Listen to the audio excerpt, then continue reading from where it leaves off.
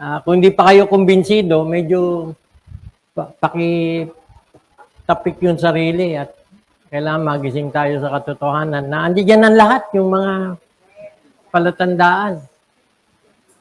Nandiyan ng lahat. Kanina pinag-uusapan namin yung sahod. Dismayado ang mga manggagawa kasi hindi ma-approve yung 200.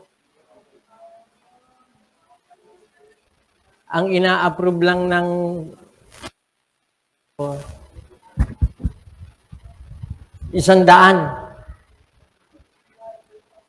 Pero nanganganib pa rin yun kasi kung ikaw yung may-ari ng negosyo, magpapasahod ka ng araw-araw, may dagdag 200. Di ba? Balansehin nyo. Pinag-uusapan namin kanina sa sasakyan, yung argumento ni hindi ba dapat, Pastor, automatic yun, na ganito, ganyan, ganyan, sabi ni Angel. Sabi ko, realidad yan eh. Sa tribulation period, sweldo mo sa isang araw, tama lang pambili mo ng pagkain, iyo lang. Hindi mo mapapakain yung pamilya mo, ikaw lang ang kakain. Yun yung presyo ng sweldo. Papunta ba tayo ron? Ano ibig mo sabihin, Pastor, tanggapin na lang natin na ganun? Hindi, wala tayong magagawa sa ganun. Kasi bago mangyari yun, wala na tayo rito. Niniwala ba kayo ron? Hindi tayo papasok sa tribulation period. Kaya, yun na lang yung ating pag-asa. Yun na lang yung ating, bago mangyari yung mga mangyayari, sa kanyang kasukdulan, kasi wala pa sa kasukdulan to. Wala pa. Pero all indication, papunta ron.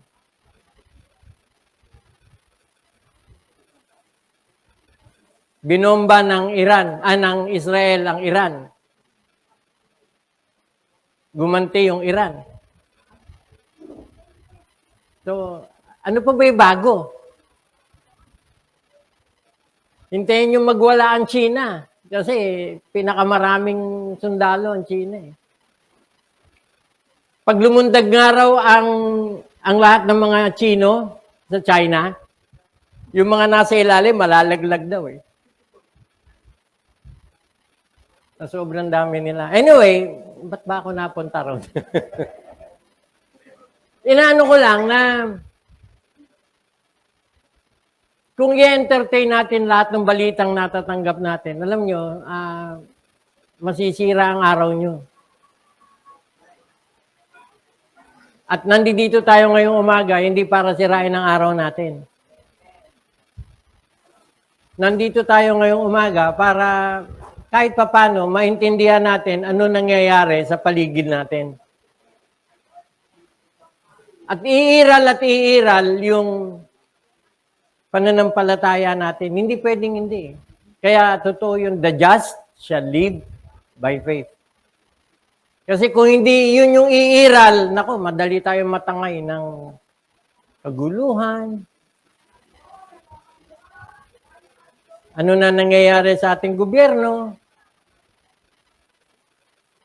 Ano na nangyayari sa mga bansa? Ngayong umaga, akala ko tapos na ako dun sa pinag-aaralan natin about spiritual service. Kasi kung naalala nyo, those who are grateful are people who will return. Naalala nyo yan, yung 3 R? They are the ones who will remain. Ano yung 4? They are the ones who will render service. At yun yung dahilan kung bakit tayo nagsisimba. Kaya every time nagtatanong ako, are you happy this morning? Ano chine-check natin doon? Our heart. Kasi mahalaga na we are obeying from the heart. Alam mo yung ginagawa mo, hindi mo lang ginagawa kasi nakagawian mo. Hindi, malaki pagkakaiba ng dalawa. Ginagawa mo kasi yan yung nakagisnan mo. Kahit walang kahulugan, walang dahilan, walang motivation. Alam mo ang dahilan, ba't ka nandirito ngayon? Kasi kung tama yung iyong dahilan, tama yung magiging epekto sa buhay mo. Tama? Kasi ang daming Pilipino nagsisimba pero hindi nila alam ang dahilan. Kaya hindi nakapagtataka, walang nagagawang kabutihan sa kanilang buhay.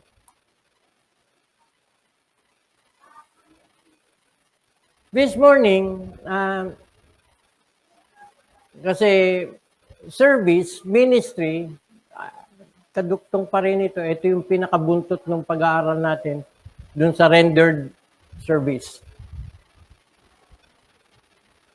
Ano yung dahilan ba tayo naglilingkod? Ano yung dahilan kung bakit tayo, yung paglilingkod natin ay ganun? Kasi hindi lahat na nagsisimba, sumasamba. Kung hindi lahat na nagsisimba, sumasamba, paano pa kaya yung hindi nagsisimba? Kaya maiko-connecta natin, hindi ko alam kung magkakasya sa oras ko, iko-connecta natin yung niyayanig. Para yung mga kailangan mawala, kailangan maalis, maalis. Kailangan yanigin. At dun sa una, yinanig niya yung mundo lang, yung earth lang. Dun sa nabasa natin, this time, pati langit. Medyo prophetic yun, kaya mukhang hindi kakasya sa oras ko kasi prophecy yun. It speaks of the new heavens, the new earth, and the new Jerusalem.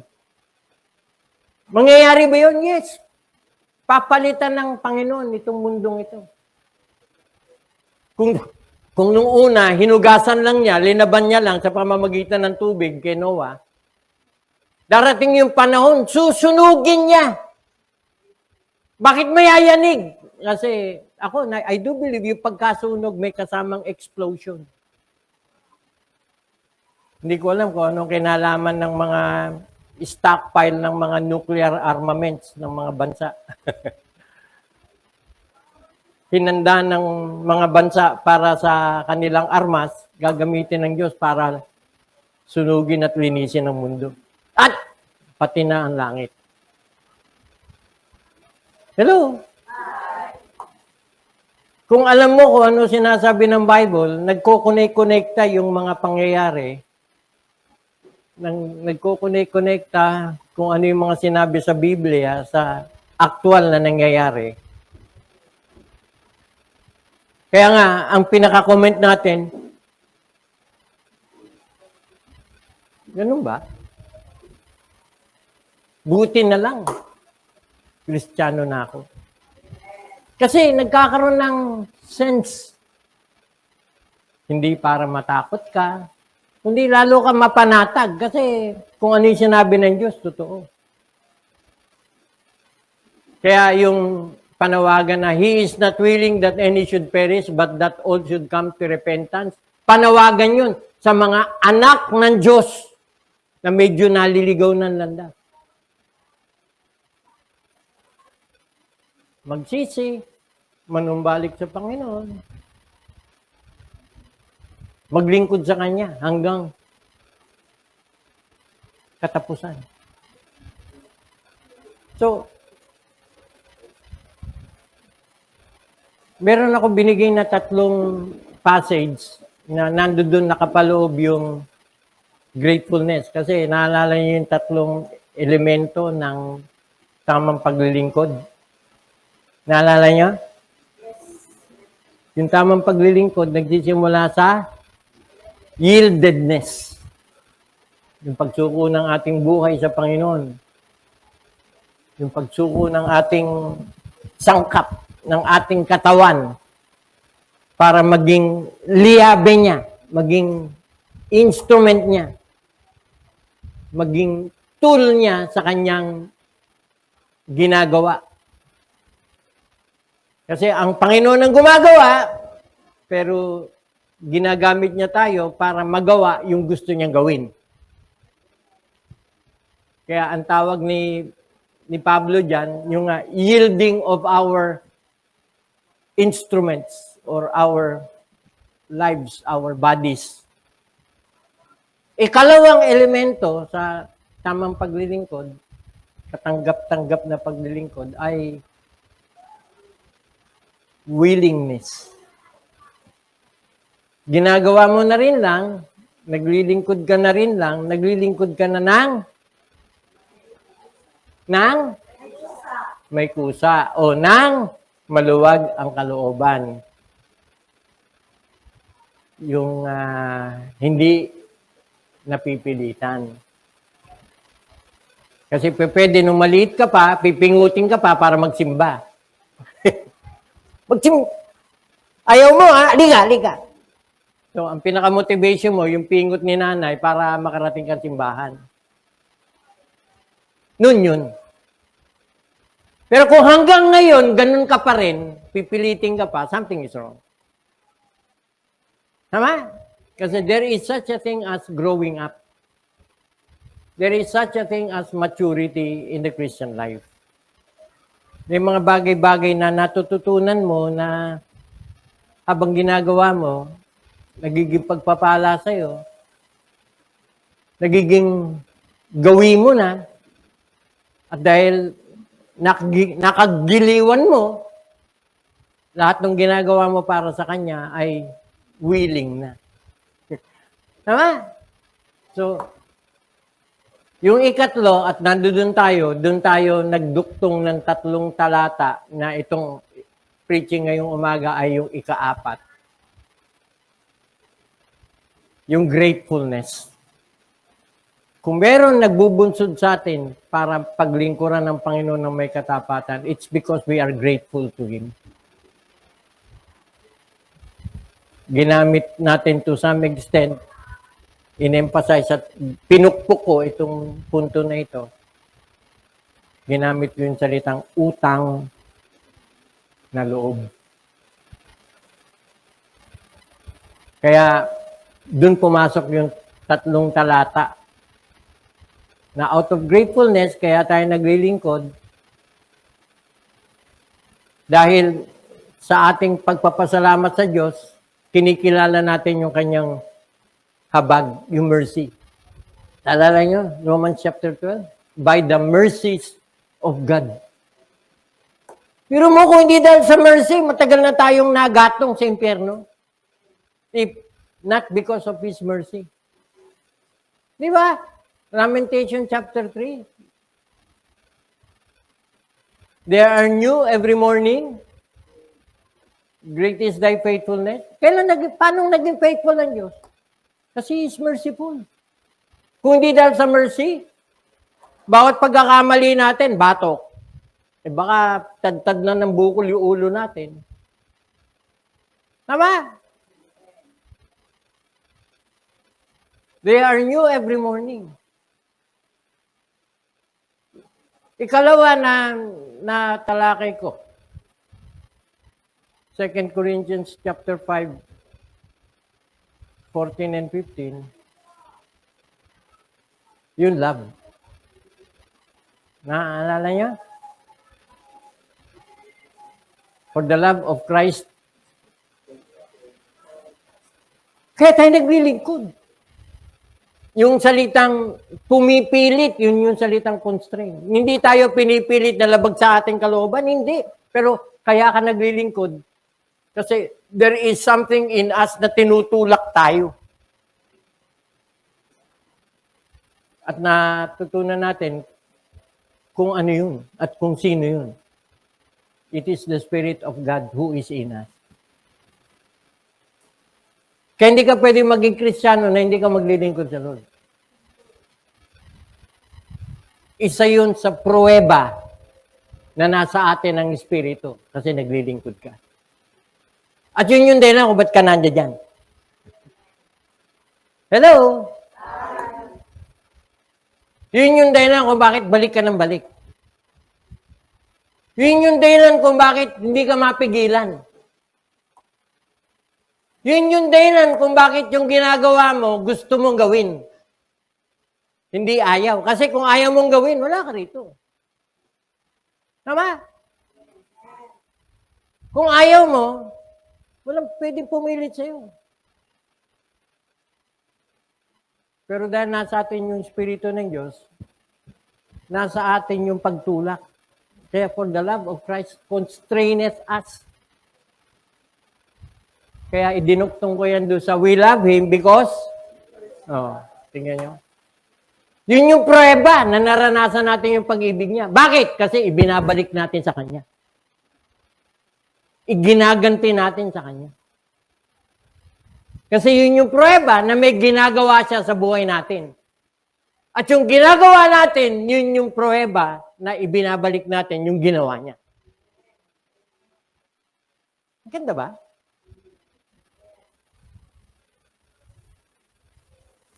So, Galatians 2:20. Ano yung in-emphasize kong keyword yan?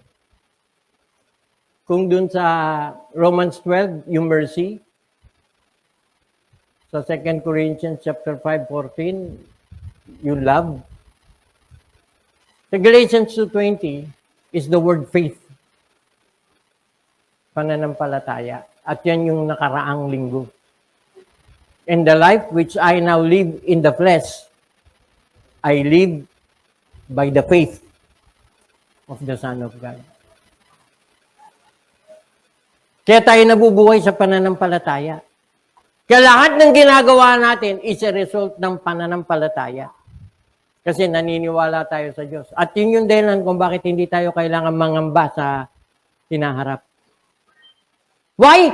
Because we have put our faith in Him.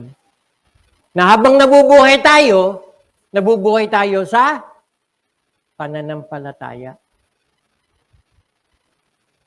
Kilala natin kung sino yung sinasampalatayanan natin at alam natin kung ano yung kapangyarihan nitong sinasampalatayanan natin. Kaya wala tayong dapat katakutan. Why? For greater is He that is in me than he that is in the world. Tama? Hebrews chapter 12, verse 25 to 29.